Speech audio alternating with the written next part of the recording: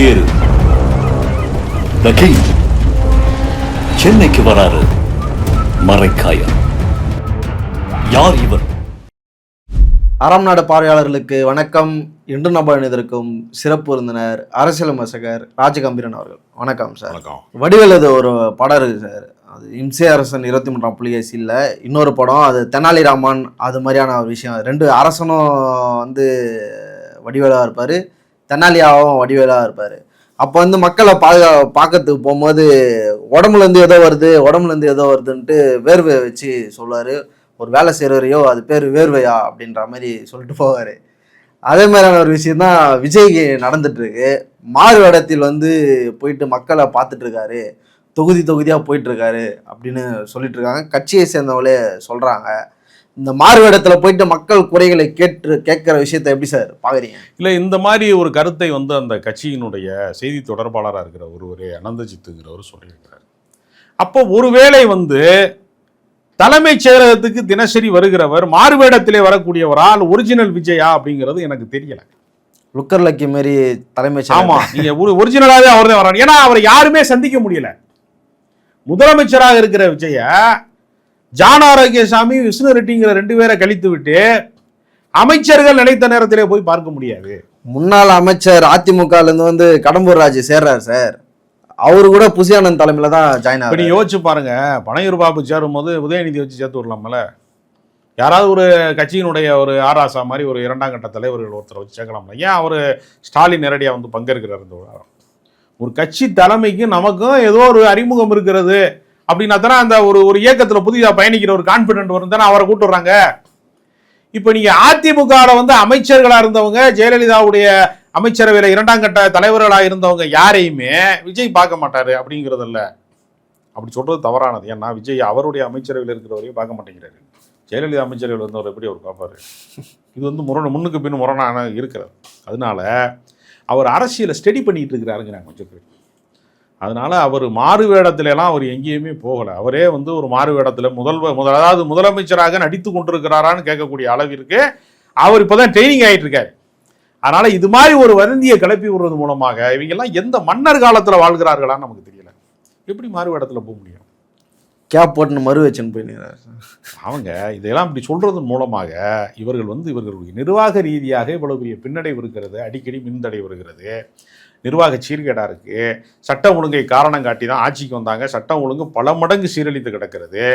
நிர்வாக ரீதியாக எதுவுமே சரிப்படுத்தப்படவில்லை. பாட்டிலுக்கு 10 ரூபான்னு பாண்டிய 20 ரூபா 30 ரூபா எக்ஸ்ட்ரா ஆயிடுச்சுன்னு சொல்கிறாங்க. நடைமுறை நிறைய சிக்கல்களை சந்தித்து கொண்டிருக்கிறது சார். காலையில் உணவு வந்து குழந்தைகளுக்கு கொடுக்கப்படும் உணவு தொடருன்றாங்க. இணைய வழியில் மின்சார கட்டணத்தை செலுத்தலாம்னு சொல்கிறாங்க சார். இது எவ்வளோ பெரிய ஆச்சரியமாக இருக்குது. நான் பல ஆண்டுகளாக இணைய வழியாக தான் கட்டிக்கிட்டு இருக்கேன். எனக்கே இந்த செய்தியை பார்த்து மிகுந்த அதிர்ச்சியில் தான் நான் இருக்கேன். அப்போ நம்ம இது வரைக்கும் நான் கட்டினது இணைய வழியில் போய் சேர்ந்துச்சா சேரலையா? புதுசாக இவங்க கட்டணும்னு சொல்கிறாங்களே, என்ன காரணம்? அது ஆன்லைன் சார், இது இணைய வழி சார். கேட்டு கதவு மாதிரி இங்கே சொல்றீங்க. அதனால இதையெல்லாம் வந்து அவங்க பேசுறது இருக்கு இல்லையா, அவங்களுடைய அறியாமையை வெளிப்படுத்துறாங்க. தங்களுக்கு எதுவும் தெரியாதுங்கிறத மக்களுக்கு புரிய வைக்கிறாங்க. அப்படித்தான் இருக்கே தவிர மக்கள் அரசியல்படுத்தப்பட்டு இருக்கிறார்கள். ஆனால் தாவேகாவினுடைய நிர்வாகிகள் அரசியல்படுத்தப்படவில்லை. நீங்கள் தலைமைச் செயலகமே ஒரு ரசிகர் மன்றத்துக்கான இடமாக மாறி ஒரு பெரும் கும்பல் அங்கு இருக்கிறது. கட்சி நடவடிக்கைகள்லாம் வந்து அது சார்ந்தவர்களான அது நீங்கள் வந்து அரசு அலுவலகங்கிறத தாண்டி கலெக்டர் ஆஃபீஸ் இருக்குன்னா அது கட்சி ஆஃபீஸா? அது கலெக்டர் ஆஃபீஸுங்கிறது அது நிர்வாக ரீதியான அரசு நிர்வாக ரீதியாக மக்கள் வரி பணத்தில் இயங்குற ஒரு இடம். ஒரு கட்சியுடைய மாவட்ட செயலாளருடைய ஆக்டிவிட்டிஸை போய் கலெக்டர் ஆஃபீஸில் செய்ய முடியுமா? தலைமைச் செயலகம் ஏறத்தாழ தாவேகா அலுவலகம் மாதிரி செயல்படுகிறது என்கிற குற்றச்சாட்டு வருகிறது. அதனால அவர்கள் எதையுமே முறைப்படுத்தலை, நிர்வாக ரீதியான கட்டமைப்பு எதையுமே உருவாக்கலை. இது மாதிரி கட்டுக்கதைகளை அடிப்பதன் மூலமாக மாறுவேடத்தில் வர்றாருன்னு சொல்றது மூலமாக நம்மளை ஏமாற்றி அவர்கள் மகிழ்ச்சி அடைகிறார். அண்ணாமலை அவர்கள் புதிய கட்சி தொடங்க போறாரு அப்படின்ற மாதிரிலாம் பேசியிருந்தோம். அது நடந்தே விட்டது அப்படின்ற மாதிரி ஒரு புதிய இயக்கத்தை, பழைய இயக்கம் தான் அது புதுசாக ஒரு புத்துணர்வோடு தொடங்கியிருக்கிறாரு. கிட்டத்தட்ட 16 லட்சம் பேர் அதில் ஜாயின் பண்ணியிருக்கிறாங்க. எப்படி சார் பார்க்குறீங்க இதை? எல்லாருமே எழுப்புகின்ற கேள்வி என்னன்னா, இது பாஜகவினுடைய திட்டம் தான் இது. அது எப்படி வந்து ஒரு போய் ரிசைன் லெட்டர் கொடுப்பாராம், இங்கே வந்து கட்சி ஆரம்பிப்பாராம், அது எப்படி அவங்க அனுமதிப்பாங்க? அண்ணாமலை மேலே ஒரு இன்வெஸ்ட்மெண்ட் போட்டிருக்காங்கன்றத நம்மளே கூட பேசியிருந்தோம். எல்லா வழிகளும் அவருக்கு கிளியராக இருக்குது. அது ரஜினி வந்து என்னை கட்சியில் சேர சொல்லி கூப்பிட்டாரு அப்படின்னு தான் அதை ஆரம்பிக்கிறார் அந்த பேச்சை. உடனே லதா ரஜினிகாந்த் 4 மணிக்கெல்லாம் இறங்கிட்டாங்க. நான் ஒரு இயக்கம் தொடங்குறேன், அதில் வந்து ஜாயின் பண்ணுங்கன்ட்டு. இது ஒன்றுக்கொன்று தொடர்புடைய செய்திகளா? அண்ணாமலையுடைய இந்த புது பாய்ச்சல் எப்படி சார் பாக்குறீங்க? தமிழ்நாட்டு அரசியலிலே மதவாத அரசியல் வந்து எடுபடாது, அந்த சரக்கு இங்கே விற்கவே விற்காது என்பதை பாஜகவின் தலைமை புரிந்து கொண்டது. அண்ணாமலை வந்து அதீதமாக வந்து தன்னை சுற்றி வந்து ஊடகங்கள்லாம் சுழலும்படியாக வந்து மீடியா ஃபோக்கஸ் பண்ணிக்கிட்டதாக இருக்கலாம், வார் ரூம் வச்சதாக இருக்கலாம், இல்லை வந்து பல வந்து எண்மண் எண் மக்கள் மாதிரி நடைபயணங்கள் போனதாக இருக்கலாம். அப்படி அவர் எடுத்துக்கொண்ட அல்லது கலவரங்களை தூண்டுவதற்காக மைக்கேல் பெட்டி மாணவி பஞ்சாயத்தை தூண்டி விட்டதாக இருக்கலாம், எத்தனையோ விஷயமா இருக்கலாம். கார் வெடி உண்டுன்னு சொல்லி சும்மானாலும் சிலிண்டர் வெடிச்சு ஒருத்தன் வந்து எதிர்பாராமல் விபத்தில் இறந்து போனதை சர்வதேச சதியாக கோயம்புத்தூரில் மாற்றுவதற்கு முயற்சி செய்தார்கள். எல்லாமே வந்து என்ன ஆயிடுச்சுன்னா கிரிமினல் வேஸ்ட் ஆயிடுச்சு. அந்த உழைப்பு, அந்த முயற்சி, அவர் பண்ண எல்லா வேலை திட்டமுமே நடைமுறையில் அந்த கட்சிக்கு கொஞ்சம் வாக்கு சதவீதத்தை உயர்த்தியதை தவிர அது வந்து வெற்றிக்கான இடத்தை நோக்கி நகர்த்த முடியல அவரால். கிணத்துல போட்ட கல்லாம எல்லாமே மாறிடுச்சு. அவர் சட்டமன்றத்தில் வேட்பாளராக நின்று தோற்று போகிறாரு, அப்புறம் நாடாளுமன்ற வேட்பாளராக தோற்று போகிறாரு, எல்லாத்துலேயுமே தோல்வி தான் அடைகிறார். அப்போ இதுக்கு என்ன காரணம்? நம்மளுடைய மதச்சார்பு அரசியலை மக்கள் விரும்பலை. அப்போ அதுக்கு என்ன செய்கிறது? மீதம் இருக்கிற காலத்தை வந்து எப்படி வந்து ஏதாவது ராஜ்யசபா வாங்கிட்டு எங்கேயாவது கவர்னராக இருந்துக்கிட்டு இப்படியே ஓட்டுறதா தேசிய அளவில் அப்படிங்கிறத அவர் விரும்பலை. தமிழ் தேசியம், தமிழ் மக்கள், நம் மக்களுடைய பண்பாடு, நம் மக்களுடைய உரிமை, மாநில உரிமை அப்படிலாம் பேசுகிறாரு சார். இல்லை, அப்படி பேசுனாதான் வாழ முடியும், அரசியலில் சர்வைவல் ஆக முடியுங்கிற அளவிற்கு ஒரு வலதுசாரி மனநிலை கொண்டவர்கள் கூட இடதுசாரி கோட்பாட்டை பேச வேண்டும் அல்லது திராவிட இயக்க அரசியலை பேச வேண்டும்ங்கிற நிலைமை அவருக்கு ஏற்பட்டிருக்கிறது என்று சொன்னால் அந்த கருத்தியல் முற்றிலுமாக தோற்று போயிருக்கிறதுங்கிறதுக்கு அவரே சாட்சியா இருக்கார். சரி, இப்போ நான் என்ன நினைக்கிறேன்னா, அவர் போய் டெல்லியினுடைய அனுமதி பெற்று, அமித்ஷாவின் அனுமதி பெற்று, மோடியின் அனுமதி பெற்று அல்லது RSSின் அனுமதி பெற்று தான் அவர் கட்சியை வந்து தொடங்குகிறார் என்றாலும் கட்சி வந்து அவர்களுக்கு விசுவாசமாகவே ஒரு காலம் பூரா இருப்பார் என்பதற்கு என்ன உத்தரவாதம் இருக்கிறது? சசிகலா காலிலே விழுந்ததுனாலேயே எடப்பாடி பழனிசாமி அவருக்கு வாழ்நாள் முழுக்க ஒரு விசுவாசியாக இருப்பார் என்று நம்பப்பட்டது எவ்வளோ பெரிய மூட நம்பிக்கையாக நடைமுறையில் முடிந்ததோ அது மாதிரி தான் இதுவும். அவருடைய தொடக்க புள்ளி அங்கிருந்து தொடங்குறது. ஏன்னா அவங்க நீங்கள் சொன்ன மாதிரி அவரை ப்ரொமோஷன் பண்ணியிருக்கிறாங்க, அவரை மாநில தலைவர் அவங்க தான் அடையாளம் காட்டியிருக்காங்க. அந்த அண்ணாமலை என்கிற அந்த பிம்பத்தை வந்து பில்டப் பண்ணுறதுக்கு அவங்க ரொம்ப காலம் உழைச்சிருக்கிறாங்க அல்லது செலவழிச்சிருக்கிறாங்க. அதனால அவங்க காசுல அவர் ப்ரொமோஷன் ஆனதுனால அவர்களின் விசுவாசியாக அவர் ஒரு பக்கம் காட்டிக்கிட்டு நான் மதச்சார்பற்ற அரசியல் பண்ண போறேங்கிறாரு. அப்போ மோடியை எதிர்ப்பாரா? ஒரு கேள்வி இருக்கு. சரி, அவர் வந்து மாநில உரிமையை விட்டு கொடுக்க மாட்டேங்கிறாரு. அப்போ மத்திய அரசாங்கம் தானே மாநில உரிமையை பறிக்கும், அப்போ வந்து அதுக்கு எதிராக போராடுவாரா? இருமொழி கொள்கை தான் நமக்கான கொள்கை அப்படின்னு பேசுறாரு. போராடுவோன்னு சொல்றாரு சார். எனக்கு வந்து திமுகவும் ஒன்று தான், அதிமுகவும் ஒன்று தான், விசிகாவும் ஒன்று தான், காங்கிரஸும் ஒன்று தான், பாஜகவும் ஒன்று தான், மக்கள் நலன்ல இருந்து நான் எல்லாத்தையும் எதிர்ப்பேன் அப்படின்னு அவர் சொல்லுகிற போது அவர்கிட்ட இருக்க ஃபாலோவர்ஸ் பூரா யாருன்னு பார்த்தீங்கன்னா இப்போ கருநாகராஜன் வந்து ராஜினாமா பண்ணிட்டு அண்ணாமலை முன்னாடி போறாரு. அப்போ பாஜகவில் இருந்த அந்த மனநிலையில் வளர்க்கப்பட்டவர்கள் அவங்க எப்படி அதற்கு எதிர் மனநிலை கொண்டவர்களாக மாறுவார்கள்? அது ஒரு சிக்கல் இருக்குல்ல நடைமுறையில். இல்லை, பாஜகவிலேருந்து திமுகலே வந்து ஜாயின் பண்ணுறாங்களே சார். இல்லை, அது விதிவிலக்கா ஒரு சிலர் சேர்றாங்க. ஆனால் வந்து அவங்க தலைமையில் இயக்கம் நடக்கலைல. இங்கே அப்படி இல்லைல்ல. முழுக்க வந்து நீங்கள் அந்த மைண்ட் செட்லேயே இருந்தவங்க, சிறுபான்மை மக்களுக்கு எதிரான மனநிலை கொண்டவர்கள், சமூக நீதிக்கு எதிரான மனநிலை கொண்டவங்க, தலித்துக்களுக்கு எதிரான மனநிலை கொண்டவங்க, எல்லா வகையிலுமே நீங்கள் வந்து பார்த்தீங்கன்னா சமத்துவத்திற்கு எதிரானவர்கள்.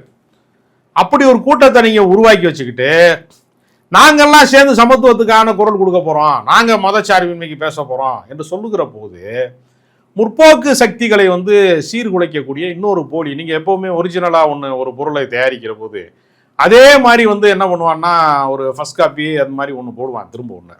அது ஒரிஜினலாக இருக்காது, அந்த சாயலில் இன்னொன்று தயாரிப்பான்ல. அதனால இது வந்து ஜப்பானில் இருந்து தயாரிக்கப்பட்டதுங்க இதுன்னு சொல்லிக்கிட்டு இருக்கும் போதே சைனா பீஸ் ஒன்று அதே மாதிரி ஒன்று விடுவான் இல்லையா? அது மாதிரி தான் வந்து இவர் வர்றாரு அப்படின்னு ஒரு பக்கம் சொன்னாலும் காலப்போக்கில் அவர் தன்னை ப்ரொமோஷன் பண்ணிக்கிறதுக்காக எதை வேண்டுமானாலும் செய்யக்கூடியவர். இப்போ நீங்கள் அங்கே இருக்கக்கூடிய பிராமின் லாபி அவர் உடைச்சிருக்கிறார், அது யாருமே மறுக்க முடியாது. இப்போ நீங்கள் வந்து கேடி ராகவன்லேருந்து எச் ராஜாவிலேருந்து எஸ்வி சேகர் எல்லாம் கதற விட்டு காயத்ரி ரகுராம்லேருந்து எல்லாரையுமே ஓட விட்டுருக்காரு. அப்போ பிராமின் லாபியை வந்து நீங்கள் வந்து கமலாலயத்துக்குள்ளே உடைப்பது என்பது சாதாரண விஷயம் கிடையாது. அதே மாதிரி பெரியார் குறித்து எந்த தவறான கருத்தையும் அவர் பதிவு செய்யாமல் இருந்திருக்கிறார். அண்ணா குறித்து கூட ஒரு ஏடா கூடமா ஒன்று சொல்லிட்டார். ஆனால் பெரியார் குறித்து அவர் எதுவுமே பேசலை. அதனால அவரை வந்து நீங்கள் முழுமையாக வந்து அந்த வலதுசாரி கருத்தியலில் தான் அவர் தொடர்ந்து பயணிப்பார் அப்படிங்கிற ஒரு கருத்து வந்து இன்றைய நிஜம். அது ஒன்றும் நமக்கு மாற்று கருத்து கிடையாது. ஆனால் எதிர்காலத்தில் அவர் அந்த திசையில தான் ஒரு அரசியலில் வந்து பயணிப்பாரா அப்படிங்கிறதுக்கு யாரும் உத்தரவாதம் இல்லை. சொல்கிறாரு சார், நான் வந்து மற்ற கட்சிகளை மாதிரி இல்லை, கேடர்ஸை உருவாக்க போகிறேன். இல்லை, அவர் அடிப்படையில் வந்து ஒரு படித்த இளைஞராக இருக்கிறாரு. ஆனால் அவர் வந்து அவருடைய வளர்ச்சி என்பது முறைகேட்டின் வழியாக நடந்த முயற்சி தான் இல்லாமல். ஏன்னா அவர் வந்து மணல் மாஃபியாக்களை மிரட்டி பணம் வாங்கினார். பெரிய பெரிய செல்வந்தர்கள்ட்ட எல்லாம் வந்து செல்வ சீமான்களாக வாழ்கிறவர்கள்ட்ட எல்லாட்டையுமே வந்து அமலாக்கத்துறை ரைடு வந்துடும் சொல்லி பணம் வசூல் பண்ணார். அமைச்சர்களை கூட, திமுக அமைச்சர்களை கூட நிறையா பேரை மிரட்டி மாமூல் வாங்கியிருக்கிறாரு, பணம் வாங்கியிருக்காரு. ஒரு போலீஸ் ஆஃபீஸர் என்னென்ன செய்வாரோ அதை டியூட்டிலாம் அவர் வந்து பாஜக தலைவராக இருக்கும்போதும் பார்த்தாருன்னு இப்போ அவங்க கட்சிக்காரங்களே சொல்கிறாங்க. அதனால தான் அவருடைய சொத்து பட்டியலை கூட அவங்க வந்து வெளியிடுறாங்க. அவர் என்னென்ன புதுசாக இடம் வாங்கினார், அவர் பால் பண்ணி வைக்கிறோம்னு சொன்னார், இயற்கை விவசாயம் பண்ண போகிறோம்னு சொன்னாருங்கிற அந்த பட்டியலெல்லாம் பாஜக காரர்கள் தான் வெளியிட்டாங்களே தவிர எதிர் முகாமில் இருந்து யாரும் வெளியிடுறாங்க. அதனால அண்ணாமலையினுடைய அரசியல் என்பது தமிழ்நாட்டு மக்கள் நம்புவார்களா? அது ஒரு பெரிய கேள்வி இருக்கு. ஏன்னா நீங்க ஒரு உதாரணத்துக்காக சொல்றேன், வன்னியர் சங்கத்திலே இருந்து உருவாகி வந்த ராமதாஸ் அவர்கள் சமூக நீதி அரசியல், பொது அரசியல், சிறுபான்மை மக்களின் நலன், தலித்து தான் வந்து அந்த கட்சிக்கு வந்து ஒரு பொதுச் செயலாளராக இருக்கணும் அப்படிங்கிற மாதிரியான கருத்தியலாம் அவர் முன்னெடுத்த போதும் அவரை யாருமே பொது தலைவராக ஒப்புக்கொள்ளவில்லை. ஒரு கட்டத்துக்கு மேல அந்த அரசியல் வீழ்ச்சி அடைகிற போது மீண்டும் அது வன்னியர் சங்கத்துக்கு தான் திரும்பி போனது. யூட்டானை போட்டு அங்கேயே போயிட்டாங்க திரும்ப. இல்ல, அதுதான் சார் 2 ஐக்கானை வந்து முன்னிறுத்துறாரு. நான் பொது வாழ்க்கைக்கு வரும்போது ரஜினி வந்து என்னை கூப்பிட்டாரு கட்சிக்கு வர சொல்லி அப்படின்னு இந்த பக்கம் சொல்றாரு. இந்த பக்கம் விஜயகாந்த் கட்சியில நான் வேலை பார்த்தேன், இன்டர்ன்ஷிப்பா வேலை பார்த்தேன் அப்படின்ற தகவலையும் சொல்றாரு. ஸோ இந்த பக்கம் ரஜினி, இந்த பக்கம் விஜயகாந்த், நான் வந்து உங்களுக்குள்ள இருக்கிற ஒரு ஆளு தான், என்ன பாஜகவா பார்க்காதீங்க அப்படின்றத மீன் பண்றாரு. அதுக்காகத்தான் அவர் அப்துல் கலாமை கையில் எடுக்கிறாரு. தமிழ்நாட்டினுடைய ஒரு மிக முக்கியமான ஒரு ஆளுமையாக இருக்கிற அப்துல் கலாம் அவர் சிறுபான்மை சமூகத்தை சேர்ந்தவர் என்கிறதுனால தான் நான் மதவாத அரசியலை செய்யவில்லை என்று காட்டுவதற்காக தான் அப்துல் கலாமை அவர் கையில் எடுக்கிறார். இப்போ பாஜக ஏற்கனவே அப்துல் கலாமை ஒரு திரையாக பயன்படுத்தி கொண்டார்கள். குஜராத் கலவரம் போன்ற மிக மோசமான சம்பவங்களுக்கு வந்து இவரை ஜனாதிபதி ஆக்குவதன் மூலமாக நாங்கள் இஸ்லாமியர்களுக்கு எதிரானவர்கள் அல்ல என்று சொல்வதற்கு முயற்சி செய்தார்கள். அவர் அதற்கு பயன்பட்டார். இப்போ வந்து அரசியலுக்கும் பயன்படுத்த வேண்டும்னு அவங்க நினைக்கிறாங்க. ஆனால் அப்துல் கலாம் பேரை வைத்துக்கொண்டு ஏற்கனவே பல இயக்கங்கள் வந்து இங்கே வந்து நடைமுறையில் இருக்கிறது. நம்ம பொன்ராஜ் போன்றவர்கள் எல்லாம் அந்த மாதிரியான ஒரு அமைப்பை நடத்தி கொண்டிருக்கிறாங்க. அதனால் அந்த ஃபாலோவர்ஸ் வந்து பொன்ராஜை நம்புவாங்களா, இல்லை வந்து அண்ணாமலை மாதிரியே ஒருத்தரை நம்புவாங்களாங்கிற பல கேள்விலாம் இருக்கு.